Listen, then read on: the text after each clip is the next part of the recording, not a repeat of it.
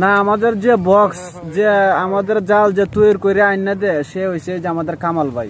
আচ্ছা আচ্ছা আচ্ছা, কে উনি উনি উনি কি মানে এই যে এই মানে সবচেয়ে বেশি জাল আইনা মাছ ধরে নাকি? আমরা তো ভাই টাকা দিয়ে কিনে আনি, আর যারা তৈরি করতে হয় তাদেরকে বদ্ধকরণের দরকার। আমরা তো ভাই 5,000-6,000 টাকা দিয়ে একটা জাল কিনে আনি। চিন্তা করেন, যারা জাল আছে তারা ধরে লয়ে যাক। আচ্ছা এই জালগুলি তো নিষিদ্ধ তাই না? জি ভাই। তাহলে এই জালগুলি দিয়ে আপনারা আবারও মাছ ধরার প্রস্তুতি নিচ্ছেন, কারণটা কি? কারণটা ভাই আমরা গরিব মানুষ, কি আর করবো, একবার তো পেট চালানি লাগতো না, এই দুলা আদলি মাছ লাগলে বাজারও বিক্রি করি, পরিবার নিয়ে চলি। আরো তো অন্য অন্য জাল আছে, আরো কত কত জাল আছে না যেগুলি নিষিদ্ধ না, ওগুলি দিয়ে মাছ ধরেন, এগুলি কেন?